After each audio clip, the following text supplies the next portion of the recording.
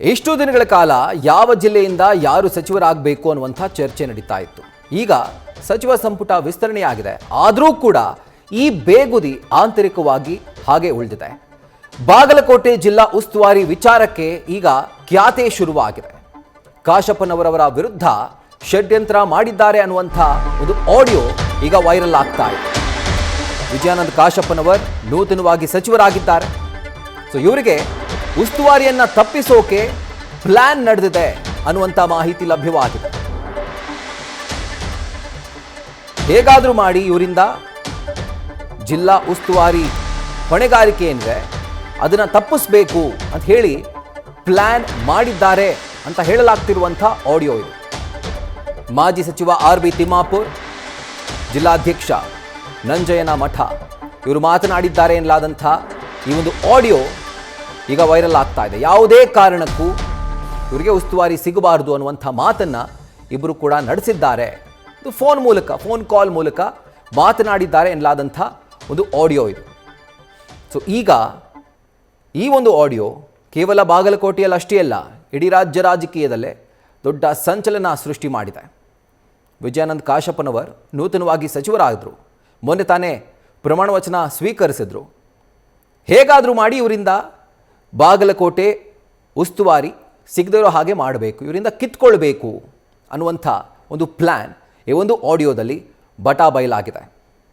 So ಈ ಒಂದು ಆಡಿಯೋದಲ್ಲಿ ಮಾಜಿ ಸಚಿವ RB ತಿಮ್ಮಾಪುರ್ ಹಾಗೆ ಬಾಗಲಕೋಟೆ ಕಾಂಗ್ರೆಸ್ ಜಿಲ್ಲಾಧ್ಯಕ್ಷ ನಂಜಯ್ಯನ ಮಠ ಅವರು ಮಾತನಾಡಿದ್ದಾರೆ ಎನ್ನಲಾದಂಥ ಆಡಿಯೋ ಇದು. ಹಾಗಿದ್ರೆ ಈ ಆಡಿಯೋದಲ್ಲಿ ಏನೆಲ್ಲ ವಿಷಯಗಳು ಚರ್ಚೆ ಆಗಿದೆ, ಈ ಒಂದು ಸ್ಫೋಟಕ ಆಡಿಯೋದಲ್ಲಿ ಏನೆಲ್ಲ ಇದೆ ನೋಡೋಣ ಬನ್ನಿ. ಸಂಬಂಧ ಈಗ ಇವಾಗ ಸಿದ್ದರಾಮಯ್ಯ 13 ಕಾಲಕ್ಕಿಂತ ಮುಂಚೆ ಮೀಸಲು ಗೌರ್ಮೆಂಟ್ ಅಮಾಯಕ ಆಗತ್ತೆ ಯಾರಂದಿದ್ರು ಅನ್ನವ. ಇನ್ ಇದಕ್ಕೇನು ಉತ್ತರ ಕೊಡ್ತೀರಿ ಹೇಳ್ರಿ?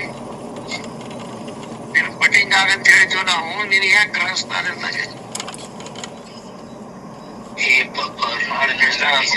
ನಿಮ್ದೊಂದು ಆಗಿದ್ದು ನನಗೆ ನಿಮ್ದೊಂದು ಅವ್ರ ಗೊತ್ತಿತ್ತು ನನಗಷ್ಟೇ. ನಮ್ಗ ಕೋಟ ಇತ್ತಲ್ಲ, ನಾ ಏನ್ ಹೇಳ್ತಿದ್ದೆ, ಫೀಡ್ ಮಾಡ್ತಿದ್ದೆ ನಾನು. ಉತ್ತರ ಕರ್ನಾಟಕದಾಗ ನಮ್ ಮಾತ್ರ ಸೀಟ್ ಇಲ್ಲ, ಎಕ್ಸ್ಪೀರಿಯನ್ಸು ಮತ್ತ ಸಂಘಟನೆ ಮಾಡ್ಯಾನ.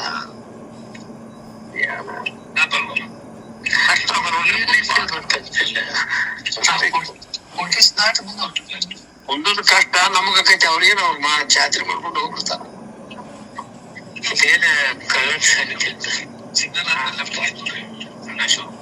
ರೋಡ್ ಹೊಂಟ್ರೇನ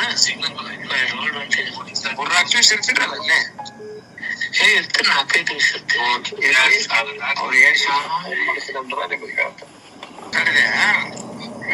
ಸಂಬಂಧ ಈಗ ಇವಾಗ ಸಿದ್ದರಾಮಯ್ಯ 13 ಕಾಲಕ್ಕಿಂತ ಮುಂಚೆ ಮೀಸಲು ಗೌರ್ಮೆಂಟ್ ಅಮಾಯಕ ಆಗತ್ತೆ ಯಾರಂದಿದ್ರು ಅನ್ನವ. ಇನ್ ಇದಕ್ಕೇನು ಉತ್ತರ ಕೊಡ್ತೀರಿ ಹೇಳ್ರಿ? ನೀನು ಕಟಿಂಗ್ ಆಗಂತ ಹೇಳಿದ್ವಿ ನಾವು, ನೀನ್ ಯಾಕೆ ಗ್ರಹಿಸ್ತಾರೆ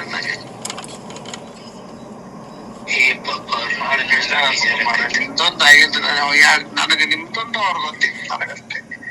ನಮ್ಗ ಕೋಟ ಇತ್ತಲ್ಲ, ನಾ ಏನ್ ಹೇಳ್ತಿದ್ದೆ, ಫೀಡ್ ಮಾಡ್ತಿದ್ದೆ ನಾನು. ಉತ್ತರ ಕರ್ನಾಟಕದಾಗ ನಮ್ ಮಾತ್ರ ಸೀಟ್ ಇಲ್ಲ, ಎಕ್ಸ್ಪೀರಿಯನ್ಸು ಮತ್ತ ಸಂಘಟನೆ ಮಾಡ್ಯಾನ.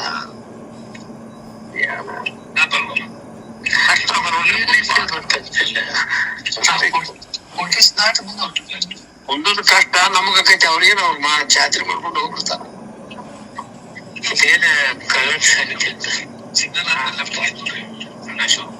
ರೋಡ್ ಹೊಂಟ್ರೇನ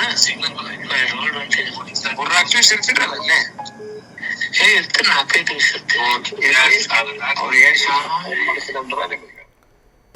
ಇದರ ಕುರಿತಾಗಿ ಡೀಟೇಲ್ಸ್ ಅನ್ನು ಕೊಡ್ತಾ ಹೋಗ್ತಾರೆ ನಮ್ಮ ಸೀನಿಯರ್ ಕರೆಸ್ಪಾಂಡೆಂಟ್ ಪ್ರಕಾಶ್ ನುಲ್ವಿ. ಈಗ ಫೋನ್ ಮುಖಾಂತರ ಜಾಯಿನ್ ಆಗಿದ್ದಾರೆ. ಪ್ರಕಾಶ್, ಈಗ ಈ ಒಂದು ಆಡಿಯೋದಲ್ಲಿ ಸ್ಪಷ್ಟವಾಗಿ ಹೇಳ್ತಾರೆ ಯಾಕಾಗಿ ಕೊಡಬೇಕು ಅನ್ನುವಂಥ ಪ್ರಶ್ನೆಯನ್ನು ಎತ್ತುತ್ತಾರೆ. ಆದರೆ ಈಗ ಬಂದಿರುವಂಥ ಮಾಹಿತಿ ಏನು ಅಂತಂದರೆ, ಇದು ನಂದಲ್ಲ ಆಡಿಯೋ ಅಂತ ಹೇಳಿ ಇದನ್ನು ಡಂಪ್ ಮಾಡಿಬಿಟ್ಟಿದ್ದಾರೆ. ಸೊ ಇದರ ಕುರಿತಾಗಿ ಈ ಒಂದು ಆಡಿಯೋ ಸಂಭಾಷಣೆಯಲ್ಲಿ ಏನೆಲ್ಲ ವಿಷಯಗಳನ್ನ ಚರ್ಚೆ ಮಾಡಿದ್ದಾರೆ, ಹಾಗೆ ಇದರ ಇಂಪ್ಯಾಕ್ಟ್ನ ಕುರಿತಾಗಿ ಏನೆಲ್ಲ ಡೀಟೇಲ್ಸ್ ಲಭ್ಯವಾಗ್ತಾ ಇದೆ ಪ್ರಕಾಶ್? ರಾಹುಲ್, ಇದು ಆಡಿಯೋ ನಂದಲ್ಲ ಅಂತ RB ತಿಮ್ಮಾಪುರ್ ಇದನ್ನ ನಿರಾಕರಣೆ ಮಾಡಿದ್ದಾರೆ. ಆದ್ರೆ ಈ ಜಿಲ್ಲಾ ಅಧ್ಯಕ್ಷರು 2 ಸಾರಿ MLA ಆದಂತ ನಂಜಯ್ಯನ್ ಮಠ ಹೌದು ಆಡಿಯೋ ನಮ್ಮದೇ ಅನ್ನುವಂಥದ್ದನ್ನ ಒಪ್ಕೊಂಡಿದ್ದಾರೆ. ಇವತ್ತು ಅವರು ಮಾಧ್ಯಮಗಳಿಗೆ ಹೇಳಿಕೆ ನೀಡ್ತಾ ಆಡಿಯೋ ನಮ್ದೇ, ಆದ್ರೆ ನಾನು ಹೈಕಮಾಂಡ್ ವಿರುದ್ಧ ಯಾವುದೇ ರೀತಿ ಮಾತಾಡಿಲ್ಲ ಅಂತ ಹೇಳ್ತಾರೆ. ಆದ್ರೆ ಇವರಿಬ್ಬರ ಸಂಭಾಷಣೆಯಲ್ಲಿ ಕೆಲವೊಂದಿಷ್ಟು ಅಂಶಗಳನ್ನ ಗಮನಿಸಿದ್ರೆ ಹಲವು ಪ್ರಶ್ನೆಗಳು ಹುಟ್ಟಾಕೊಳ್ತವೆ ಈ ಮಂತ್ರಿಮಂಡಲ ರಚನೆ ಕುರಿತು. ಹಾಗೇನೆ ಇವರಿಬ್ರು ಈ ಕಾಶ್ಯಪ್ನವ್ರ ಕುಟುಂಬದ ಮೇಲೆ ಎಷ್ಟೊಂದು ದ್ವೇಷ ಹೊಂದಿದ್ದಾರೆ ಮತ್ತು ಅವರ ಏಳಿಗೆಯನ್ನ ಸಹಿಸ್ತಾ ಇಲ್ಲ ಅನ್ನೋದನ್ನು ಕೂಡ ಈ ಆಡಿಯೋ ಸಂಭಾಷಣೆಯಲ್ಲಿ ವ್ಯಕ್ತ ಆಗತ್ತೆ. ಕಾರಣ ಏನಂತಂದ್ರೆ ಈ ಹಿಂದೆ ಕಾಶ್ಯಪ್ನವ್ರ ತಂದೆ ಮಂತ್ರಿ ಆದಂತ ಸಂದರ್ಭದಲ್ಲಿ ಇದೇ ನಂಜಯ್ಯನ್ ಮಠ್, ಇದೇ RB ತಿಮ್ಮಾಪುರ್ ಅವ್ರನ್ನ ಜಿಲ್ಲಾ ಉಸ್ತುವಾರಿ ಸಚಿವರು ಆಗದಂತೆ ನೋಡ್ಕೊಂಡಿದ್ರು ಅಂತ ಸ್ವತಃ ಇವತ್ತು ಸಚಿವ ವಿಜಯಾನಂದ ಕಾಶ್ಯಪ್ನವರು ಹೇಳಿದ್ದಾರೆ. ಆ ಸಮಯದಲ್ಲಿ ಇದೇ ರೀತಿಯಾದಂತ ಒಂದು ಷಡ್ಯಂತ್ರ ಕುತಂತ್ರವನ್ನ ಮಾಡಿ ಜಿಲ್ಲಾ ಉಸ್ತುವಾರಿ ಸ್ಥಾನವನ್ನು ತಪ್ಪಿಸಿದ್ರು. ಈಗಲೂ ಕೂಡ ಅದೇ ಷಡ್ಯಂತ್ರವನ್ನ ಇವರಿಬ್ರು ಮಾಡ್ತಾ ಇದ್ದಾರೆ ಅಂತ ಕಾಶ್ಯಪ್ನವ್ರ ಆರೋಪ ಆಗಿದೆ. ಅದೇ ಸಂಭಾಷಣೆ ಆಡಿಯೋದಲ್ಲಿ ಕಂಡು ಬರ್ತದೆ. ಯಾವ ಕಾರಣಕ್ಕೂ ಕೂಡ ಇವ್ರನ್ನ ಜಿಲ್ಲಾ ಉಸ್ತುವಾರಿ ಸಚಿವರನ್ನಾಗಿ ಮಾಡೋದಕ್ಕೆ ಬಿಡಬಾರ್ದು. ನಾವು ಸೌದಿ ಅವ್ರನ್ನ ಇಲ್ಲಿ ಜಿಲ್ಲಾ ಉಸ್ತುವಾರಿ ಸಚಿವರನ್ನಾಗಿ ಮಾಡೋದಕ್ಕೆ ಪ್ರಯತ್ನ ಮಾಡೋಣ, ಆ ನಿಟ್ಟಿನಲ್ಲಿ ಸಹಿ ಸಂಗ್ರಹ ಮಾಡೋಣ, ಕೆಲವು ಶಾಸಕರಿಂದನೂ ಕೂಡ ನಾವು ಸಹಿಯನ್ನ ಪಡೆದುಕೊಂಡು ಇದನ್ನ ಹೈಕಮಾಂಡ್ಗೆ ಮುಖ್ಯಮಂತ್ರಿಗಳಿಗೆ ಕಳಿಸಿ ಇವ್ರನ್ನ ಜಿಲ್ಲಾ ಉಸ್ತುವಾರಿ ಸಚಿವರನ್ನಾಗಿ ಮಾಡೋದನ್ನ ತಪ್ಪಿಸೋಣ ಅನ್ನುವಂತ ಮಾತುಗಳನ್ನ ಇಬ್ರು ಕೂಡ ಆಡಿದ್ದಾರೆ. ಇದ್ರ ಜೊತೆಗೆ ನಾಗೇಂದ್ರ ಅವರಿಗೆ ಮಂತ್ರಿ ಸ್ಥಾನ ನೀಡೋದಕ್ಕೂ ಕೂಡ ಪ್ರಶ್ನೆ ಮಾಡ್ತಾರೆ. 80% ಪೇಮೆಂಟ್ ಸೀಟ್ ಆಗಿದೆ ಇದರಲ್ಲಿ ಅನ್ನುವಂತ ಅಭಿಪ್ರಾಯವನ್ನು ಇಬ್ರು ಹಂಚ್ಕೊಳ್ತಾರೆ. ಇದ್ರ ನಡುವೆ HK ಪಾಟೀಲ್ ಪರ ನಂಜಯ್ಯನ್ ಮಠ್ ಬ್ಯಾಟಿಂಗ್ ಮಾಡ್ತಾರೆ. HK ಪಾಟೀಲ್ ತುಂಬಾ ಒಳ್ಳೆಯ ವ್ಯಕ್ತಿ, ತುಂಬಾ ಚೆನ್ನಾಗಿ ಸ್ಥಾನವನ್ನ ನಿಭಾಯಿಸಿದ್ರು, ಆದ್ರೆ ಅವ್ರಿಗೂ ಕೂಡ ತಪ್ಪಿಸಿದ್ದಾರೆ ಅನ್ನುವಂತ ಮಾತನ್ನ ನಂಜಯ್ಯನ್ ಮಠ್ ಹೇಳ್ತಾರೆ. ಯಾಕೆ ನಂಜಯ್ಯನ್ ಮಠ್ ಈ ಮಾತು ಹೇಳ್ತಾರೆ ಅಂದ್ರೆ, ನಂಜಯ್ಯನ್ ಮಠ್ ಪಕ್ಕ HK ಪಾಟೀಲ್ ಶಿಷ್ಯರು. HK ಪಾಟೀಲ್ ಮಂತ್ರಿ ಆದಂತ ಪ್ರತಿ ಸಂದರ್ಭದಲ್ಲೂ ಕೂಡ ಇವರಿಗಾಗಿನೇ ಒಂದು ಖಾತೆಯನ್ನು, ಒಂದು ಸ್ಥಾನವನ್ನು ಸೃಷ್ಟಿ ಮಾಡಿಕೊಟ್ಟಿದ್ದಾರೆ. ಆ ಕಾರಣಕ್ಕಾಗಿ ಇವರು HK ಪಾಟೀಲ್ ವಿರುದ್ಧ ಬ್ಯಾಟಿಂಗ್ ಮಾಡ್ತಾರೆ ಅನ್ನುವಂಥದ್ದು ಈಗ ಕೇಳಿ ಬರುವಂತ ಆರೋಪ. ಇದ್ರ ನಡುವೆ ಇವರಿಬ್ರು ಏನು ಮಾತಾಡಿದಾರಲ್ಲ, ಇವ್ರ ವಿರುದ್ಧ ಕಾಶ್ಯಪ್ನವರ ಅಭಿಮಾನಿಗಳು ಹುನಗುಂದದಲ್ಲಿ ತೀವ್ರ ಆಕ್ರೋಶವನ್ನ ವ್ಯಕ್ತ ಮಾಡಿದ್ದಾರೆ, ಇವ್ರ ವಿರುದ್ಧ ಪ್ರತಿಭಟನೆಯನ್ನ ಮಾಡಿದ್ದಾರೆ. ಇದ್ರ ಜೊತೆಗೇನೆ ಏನು ಇಡೀ ಸಚಿವ ಸಂಪುಟದ ವಿರುದ್ಧ ಇವರಿಬ್ರು ಮಾತಾಡ್ತಾರೆ ಮತ್ತು ಹೈಕಮಾಂಡ್ ದುಡ್ಡು ತಗೊಂಡು ಫಿಕ್ಸ್ ಆಗಿದ್ದಾರೆ ಅನ್ನುವಂತ ಆರೋಪವನ್ನು ಕೂಡ ಇವರು ಮಾಡಿದ್ದಾರೆ. ಹಾಗಾಗಿ ಈ ಪ್ರಕರಣ ತೀವ್ರ ಕುತೂಹಲವನ್ನ ಕೆರಳಿಸಿದೆ. ಇವ್ರ ವಿರುದ್ಧ ಯಾವ ರೀತಿಯ ಕ್ರಮ ಹೈಕಮಾಂಡ್ ತೆಗೆದುಕೊಳ್ಳುತ್ತೆ ಅನ್ನೋದನ್ನ ಕಾದ್ ನೋಡ್ಬೇಕಾಗಿದೆ. ರಾಹುಲ್, ಪ್ರಕಾಶ್, ಈಗ ಒಂದು ಕಡೆ ಉಸ್ತುವಾರಿ ಸಚಿವ ಸ್ಥಾನ ತಪ್ಪಿಸೋದಕ್ಕೆ ಪ್ರಯತ್ನ ಪಟ್ಟರು ಕೂಡ ಕೊನೆಗೆ ಜಿಲ್ಲಾ ಉಸ್ತುವಾರಿ ಸಚಿವರಾಗಿ ಅವರೇ ಆಯ್ಕೆಯಾಗಿದ್ದಾರೆ. ಅದರ ಜೊತೆಗೆ ಏನು ಪೇಮೆಂಟ್ ಸೀಟ್ ಅಂತ ಏನು ಮಾತಾಡ್ತಾರೆ, ವಿಪಕ್ಷಗಳ ಆರೋಪ ಹಾಗಿದ್ರೆ ಸರಿ ಆಯ್ತಲ್ಲ, ಕಾಂಗ್ರೆಸ್ನ ನಾಯಕರ ಬಾಯಿಂದಾನೆ, ಅದು ಮಾಜಿ ಸಚಿವರು ಕಾಲಲ್ಲಿರುವಂತಹ ಸಂದರ್ಭದಲ್ಲೇ ಈ ರೀತಿಯಾದಂತಹ ಮಾತನ್ನ ಕೇಳಿದಂತಹ ಸಂದರ್ಭದಲ್ಲಿ ವಿಪಕ್ಷಗಳು ಮಾಡ್ತಿರುವಂತಹ ಆರೋಪಕ್ಕೆ ಒಂದು ರೀತಿಯಾದಂತಹ ಪುಷ್ಟಿ ನೀಡಿದಂತೆ ಆಗಿದೆ ಅಲ್ಲ ಈ ಒಂದು ಆಡಿಯೋ. ರಾಹುಲ್, ಏನಂದ್ರೆ RB ತಿಮ್ಮಾಪುರ್ 4 ಸಾರಿ ಮಂತ್ರಿ ಆಗಿದ್ದಾರೆ.